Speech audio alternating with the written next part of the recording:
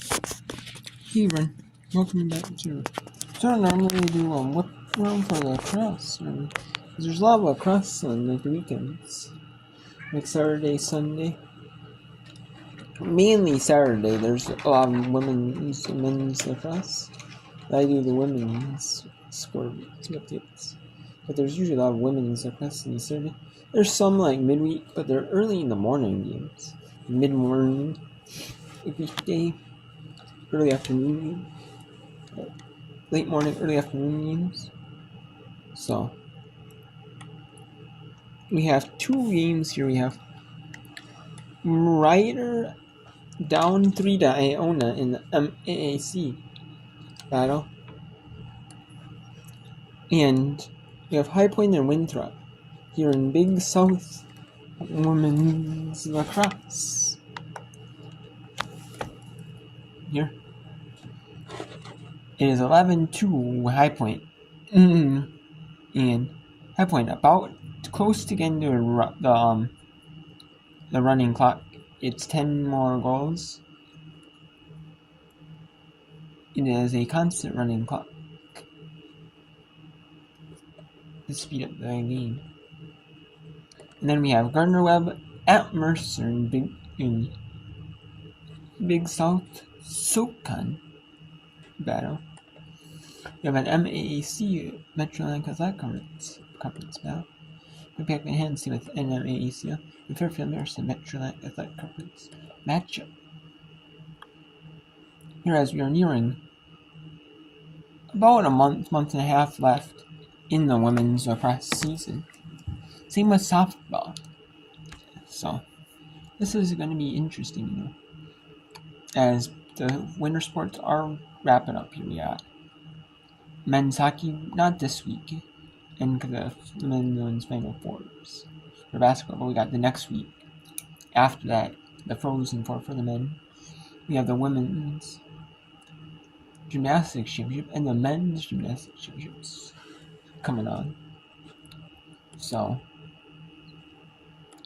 this is a lot of winter sports that are slowly wrapping up. I mean, gymnastics does start a little bit later than the rest of them, but we got the spring sports, cross, and we got softball, baseball, we got tennis, golf, all those sports. About a month and a half left of their seasons before conference tournaments, and then after conference tournaments, and then the NCAA tournaments. Ryder has scored 2 goals. I know lacrosse. It's usually about like Memorial Day weekend is when the men's tournament and the women's ends around that same time. So I would say about a month left, I would say, because the first week we got first round, second round for the women, and then we got the first round one weekend for the men, and then the quarterfinal second weekend, and then the third week is the semifinal and final. So anyways, let's go here. We're going to go to Rider and Iona. So we are going to get these started here, playing here. I will then we'll go to Rider at Iona in a pivotal Metro Atlantic Athletic Conference match. A key one here. We got two Big South rivals face off in Big South. Two Big South schools face off in Big South women's lacrosse. I play in Winthrop. I know in some of these sports like lacrosse, some of these sports that every school has, you do have some conferences that, like they merge a conference together. They'll merge members from different conferences to form a conference, like a Pacific, but there might be you might have or not every member of that. You might have Big Ten. Not every Big Ten school has lacrosse city. So then you only have certain schools in Big Ten lacrosse. You have members that compete. Or you have certain schools that might be D2, D3, they're only maybe only like D1 members in like men's women's hockey, or some that are men's women's lacrosse, like John Hopkins, and then there's some, like from other conferences, like, you might have the conference rivals in this sport, but not in any other sport. Okay, so let's go to Rider and Iona. 2 players up Rider is. Rider definitely needs to capitalize, and they do.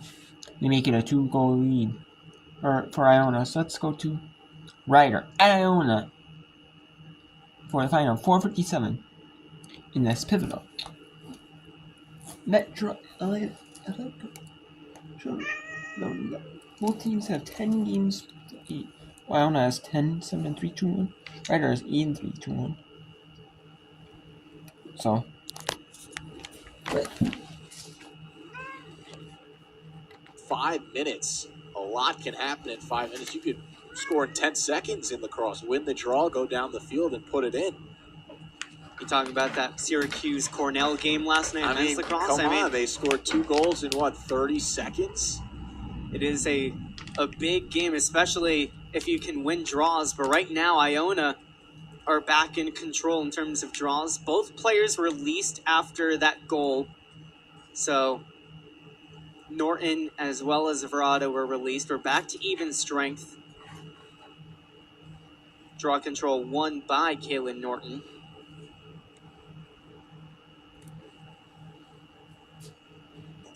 It becomes a tough point now if you're Iona, because you don't want to stop attacking the net, but you do want to run off as much clock as you can, Grant. Definitely. Verada, as I say that, goes low. You cannot hold her off the scoreboard for long. Kira Verada gets a goal to restore the 3-goal lead for the Gales. And that is Kira Verada encapsulated, just that low-to-low shot.